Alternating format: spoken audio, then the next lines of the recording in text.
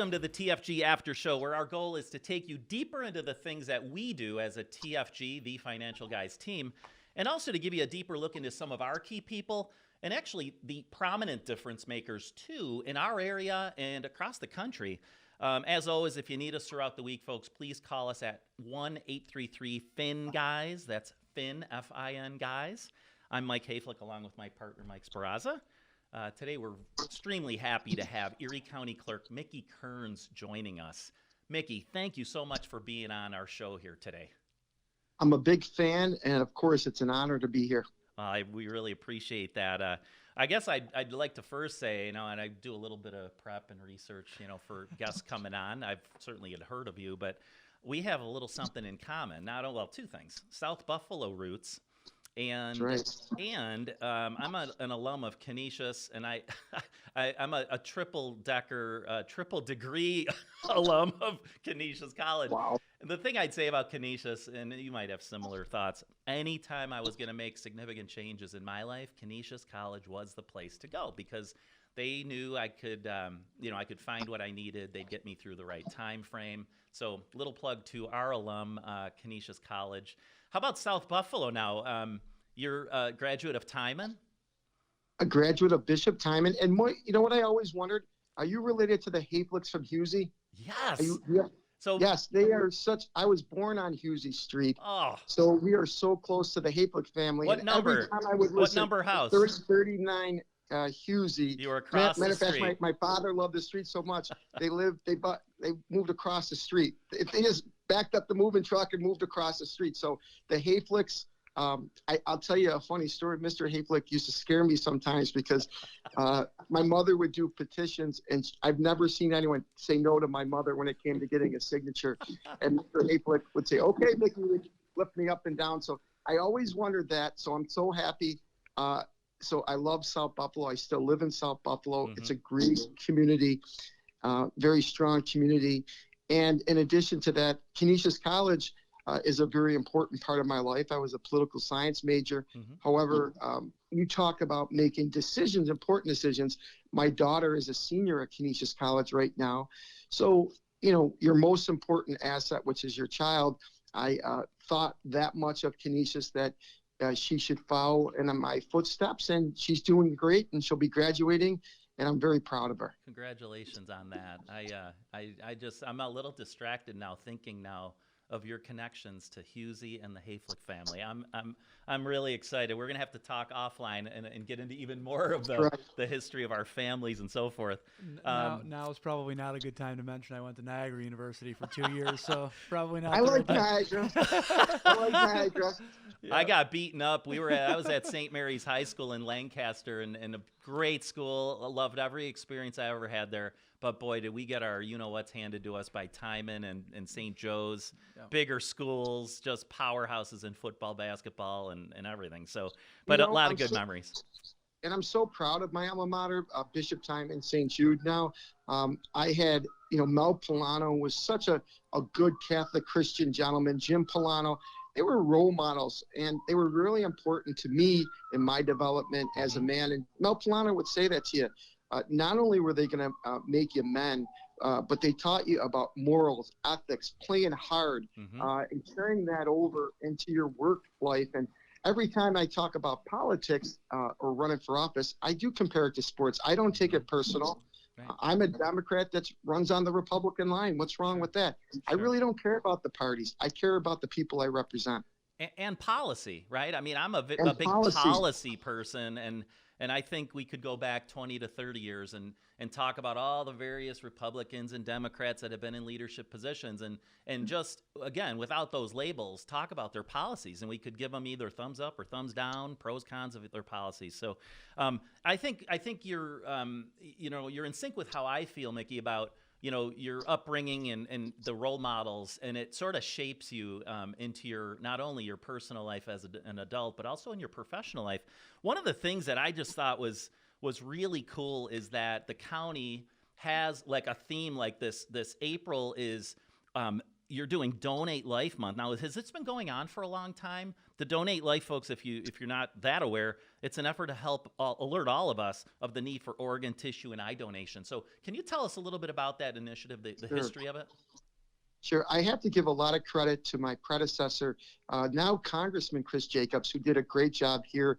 And then when he went to Albany, we talked about this. We worked on this similarly about getting more people to make donations. When you're growing up, maybe in high school, you hear and they say, sign the back of your license.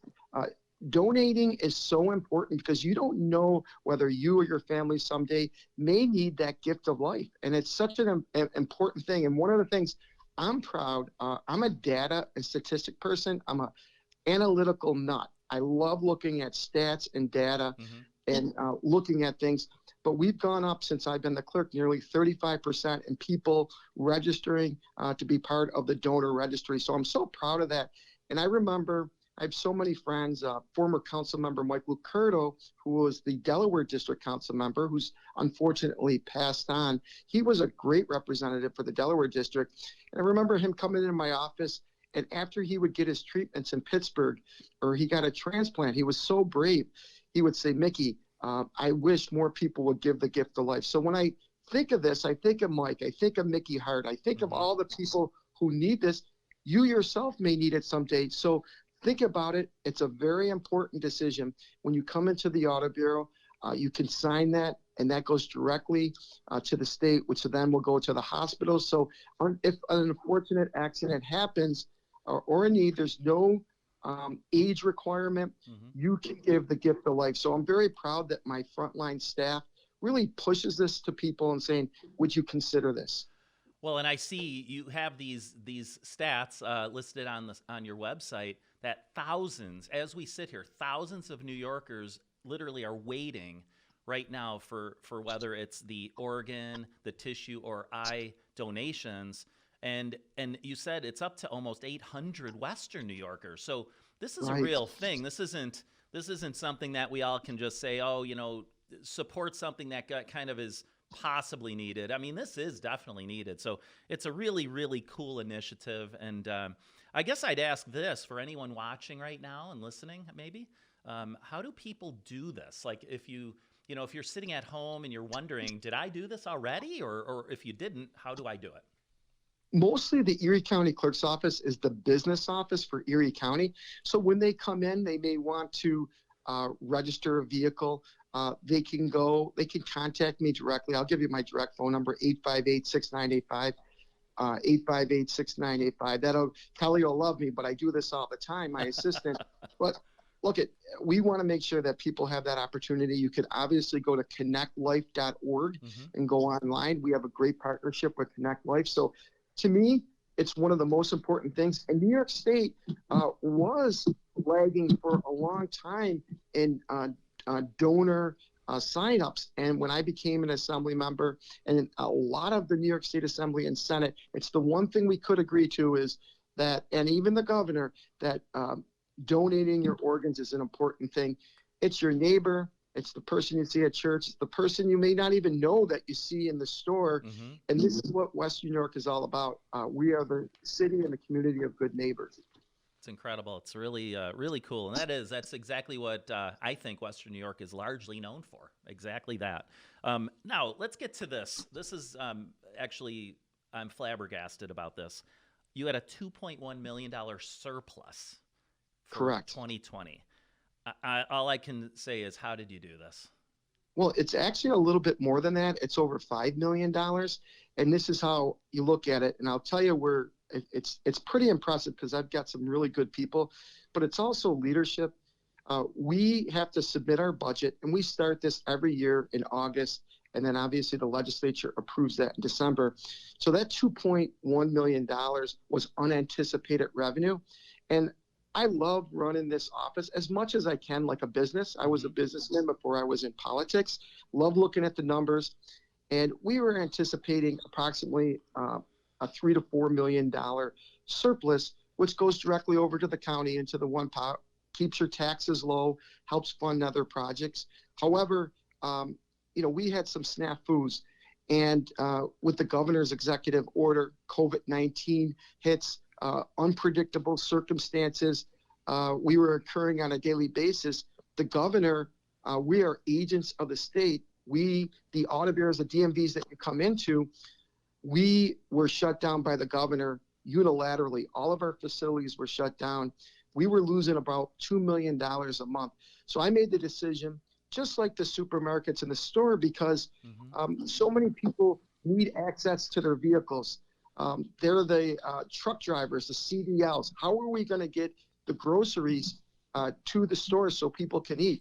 How are we going to take people to the doctors? So I decided to do curbside transactions where my staff, we did everything outside the office, line people up just like at the grocery store.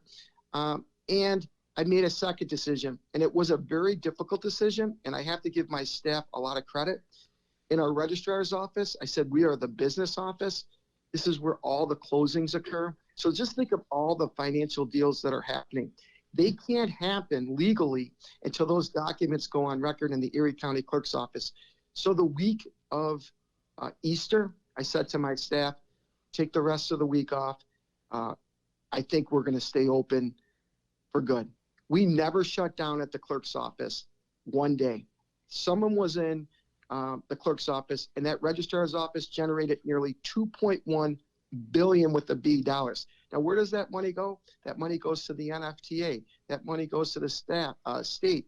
That money goes to support a lot of other organizations besides the county. So we were proactive. We took the risk. Very low COVID rate among our staff. And I said this, and I believe this.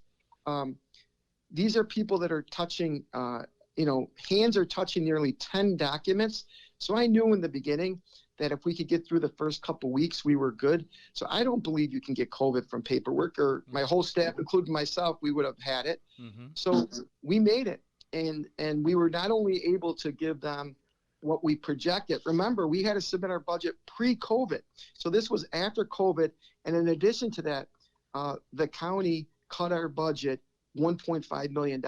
So I didn't lay off one person, not one staff member, but we cut vacancies. We did what you do in the private sector. You have to cut, but we still provided good service for our customers. And all of those financial industries, the banking industry, the real estate industry, attorneys, title companies, people who had an interest rate or had an agreement with the bank pre-COVID, if I would have shut down, they might not have been able to close on their home. Right. So it's such an important office, not because I'm in here, it's because it's the one office that touches so many people in so many ways. And I think you said it perfect. You ran it like a business, and you try to run it like a business, and that's so important. We talk about that on the radio all the time, right? Government is no different than a business. It's got to be open. It's got to be run, under a budget. You can't just make money up out of nowhere. And I think that I love hearing what you just said there, because that's an awesome point. Running it like it's a business inside of a budget. And go ahead, Mickey. I was just going to say, I was a small businessman. My cousin Jack Kearns and I together. And I remember when I first started, and, it's nice working in government, and I really do appreciate it, because really there is a check there every 2 weeks, and people who made it through the pandemic. But for a lot of business people, especially small business people or entrepreneurs who don't understand the risk, I could not put them at risk. I know there was a stat that New York State is losing the most small businesses than any other state. There is no way to make up that revenue. And I would talk to my cousin Jack. If the money wasn't there, he was such a great businessman. He taught me so much. He was always planning for the future. You have to put money aside. The money is just not there. And we're so lucky in government, and I'm very blessed. Every 2 weeks you have a check. That money is there.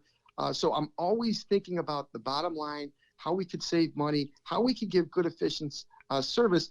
We could have shut down the county of Erie permanently by closing the clerk's office. People don't think about that, but it is the most important office in Erie County for business people, especially in that real estate business. Some of the deals that we did, if you talk about Douglas Jamal, he wouldn't have been able to do the some of those closings if we weren't here. What happens? Those construction workers can't work. So every day we have to be thinking about not politics, think about how we can, as you said, think about the people, the taxpayers first. Well, I give you an immense amount of credit to really thread the needle on being safe, keeping all the services going, understanding that you couldn't do it in the traditional way that you were used to doing it, and actually getting the buy-in of your entire team in the Erie County Clerk's office, because I mean, all of those things are not easy to do. It takes leadership, and I just give you immense credit for that. As far as where things are going with COVID and with shutdowns and with businesses boarding up and leaving New York State, give us your perspective on where you think, I know you don't have a crystal ball just like we don't, but where do you think things are heading in terms of the health of Erie County, but also the health of New York State? Well, I was a former New York State Assembly member, so I understand Albany. And I was a little disappointed in Albany that they didn't do more. I think they should be in Albany. I don't think they should be on Zoom. And I know people would say, well, there's a cost savings to that, Mickey. You get things done when you're in Albany.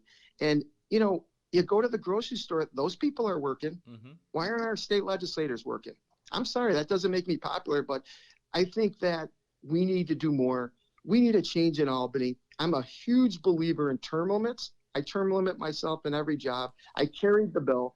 We need to term limit our federal, state, and I know our local people are good people, and usually they get it right because that's where the rubber meets the road. But it's minimally our state and federal officials need to be term limited.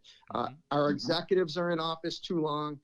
We need a change, and we'll never get the change in New York State unless we change the system. And we came close a couple of times when I was in Albany, but my heart goes out to those business people. When they called and they said to me, Mickey, can you do anything?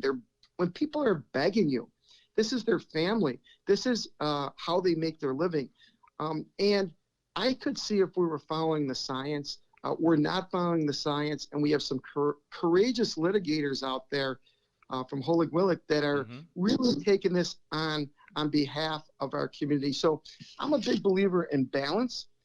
As you said, we opened up and we did it. We made sure our frontline employees are safe. We put the glass up.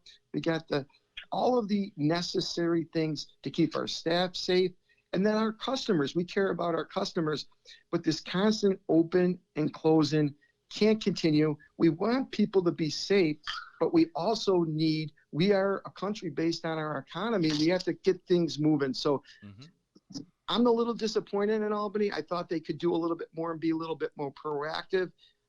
And I just think that it has to become a priority, especially, and I'll finish with this, you know, we have people out there who are struggling in the real estate market, and you really don't hear much about them. Mickey, I'm going to go back to one thing you said before about always thinking ahead and thinking about the future. Do you think a lot of our politicians miss the mark on that because they're so worried about themselves in the moment and not what the future holds? It's difficult to be an elected official. It's almost like the way I looked at it is you are like an entrepreneur. You're taking the risk. You're going to the public every couple years for reelection. With the party politics in New York State, it might be easier. You don't see a lot of primaries. Like I said, I was and still am a registered Democrat.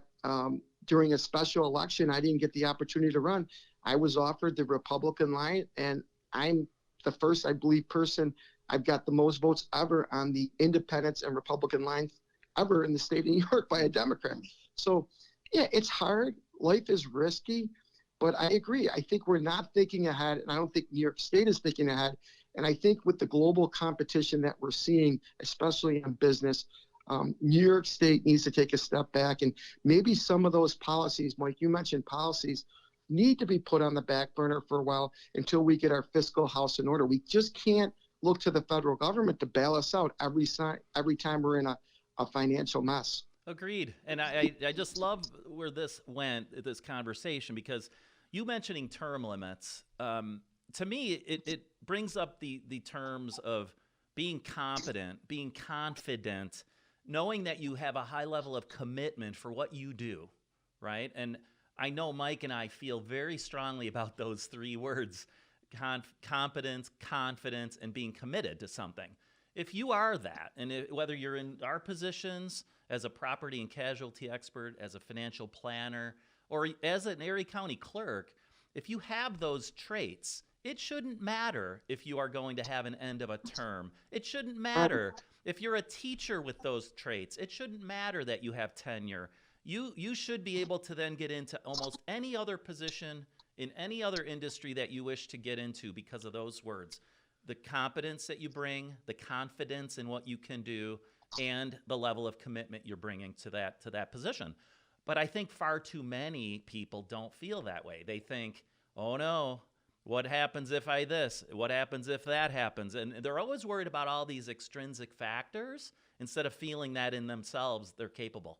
And I just give you so much credit again, because I think with that type of attitude, you can really make things happen without thinking, oh no, what's going to happen to Mickey? What's going to happen to my family? Is this going to work for me? You can do it with confidence. Hard. It's hard. When I went to Albany, I sat with the speaker, the most powerful person, Sheldon Silver, and I basically said to him, he's a crook. He said, Mickey, you're going to vote for me. And I used to kid around, and Assemblyman DiPietro, who's a great legislator, I'm so proud of him. He's so independent. But I used to call it the Christmas tree effect, where, people would have a tough issue and they would vote no. And all the red would go up. And then all of a sudden they'd walk around and people would, grab your arm and try to twist your arm. And then all of a sudden the red turned to green. Mm-hmm. Well, I used to call it the Christmas tree effect. We need more red in Albany. We need more people saying no to Governor Cuomo. We need more people saying no to some of these issues. And if I always say to the legislators all the time, there was a time when I didn't caucus with anyone. Imagine that. I didn't caucus with the Democrats or the Republicans. I was an independent legislator. I didn't have a conference. Not one person did I'm a lonely guy. I was lonely. Thank God for Dave DiPietro. Right. So the whole idea is that, it's great to be independent, but of course it's hard. It's difficult. Life is hard. Mm-hmm. And I think that I would tell these new legislators, vote your conscience. Don't vote Albany. Vote your constituents, and then you can go back, because these are the same people that you're going to see in the grocery store, you're going to see at church, and they're going to say, why did you do that? Right. I think what's happening in Albany is an abomination of some of the policies that are just not New York State centrist, where we need to be in order to be competitive, financially and policy-wise. Is there a reason, going back to term limits again, is there a reason we have term limits for certain places and not other? When I say places, the presidency, and not, maybe a governor or a speaker of the House or what? Is there a reason there's term limits on stuff and not on other stuff? Because to me, it just seems very backwards to have it, oh, your president can only be there for 8 years, but this guy could be whatever for 40 years. Especially our executives. It's funny, before COVID-19, and I have to admit this, George Washington, our first president, could have been a king, right? He term limited himself. I was going to start something maybe when things settle down, and I was going to call it the Washington Project, where we actually look at term limiting. Our federal officials, there's actually good people in politics, but you know what kills us? Lobbyists. Mm-hmm. They're the scum of the earth. These people are there. They're behind the scenes. At least elected officials are out front. And they're people who put themselves. So if you may not agree with them on issues, they're there. They're advocating for these issues. We have too many lobbyists, and I do think that's one of the mistakes President Trump made, is not being tougher and not really draining the swamp like he said he was going to. Not being critical, but to me, get rid of the lobbyists. Cut back on lobbyists, and you'll be able to cut back. The one thing I'm proud of, when I was in Albany, I never took one donation from a lobbyist. I didn't have one party, not one donation from a lobbyist when they would throw the parties down there. Hey, Mickey, we want to have you a party. I got so mad at them. I used to put a sign on my door because I was too busy. I don't want to listen to you. I know what my issues are. I know what I believe in. Don't tell me what I need to believe in. And I would say, please don't come in my office if you're a lobbyist. And I remember there was a lobbyist, and she said, you can't do that. I said, oh, yes, I can. Don't come in my office. I'll talk to you outside, but don't come in my office. This is my personal space. So, term limits are so important. And I think at the local level, you get some awesome people, and they're great. You really don't need to turn that dirt over every, 4 years. But executives, yes, I do think that minimally 3 years, and I had the term limits for our assembly for 12. I think 12 years is long enough serving in Albany. But we need, you see it at the federal level. You see people, the same people who are in there. And if you said it about confidence, if you're good enough at the local level, maybe you move up to the state level. If you're good enough at the state level, maybe you move up to the federal level. So huge believer in term limits, want to advocate for that at the local level. But once again, COVID-19 hit, and it's sort of other things got to become priorities. Yeah, I love that. And I think you're right. You can serve the public in many, many ways in a local fashion, state fashion, or even at the federal level. And I think that makes all the sense in the world. Get people who are strongly committed, have convictions that they stick to, that they don't change with with the layer of leadership above them every time something else changes. I'd just like to end on this note. You mentioned that this doesn't happen alone. Being able to get through a pandemic year in Erie County the way you did with, you said about a $5 million surplus, given the things that transpired, I want to give you a chance to give your team some accolades here. Sure. So I do an annual report every year. And this year, our report for 2020, I make sure that I report back to the people, right? And it's not an easy thing to do. So I said this year, our theme in 2020 was certainty in uncertain times. But at the end of my letter, and I'm very proud of this, I would say, and I'll read it. I said, I would be remiss if I did not mention how proud I am of my staff. In March of 2020, the way our office conducted business changed, potentially forever. By changing the mold of their past routines and day-to-day workflow, they went above and beyond and did everything imaginable to make sure our customers, remember, our customers, the taxpayers, the residents of Erie County, were able to complete their business transactions during unparalleled times. This report demonstrates the financial success of their efforts. They are the frontline people. Everyone who knows a business knows your frontline workers are so important.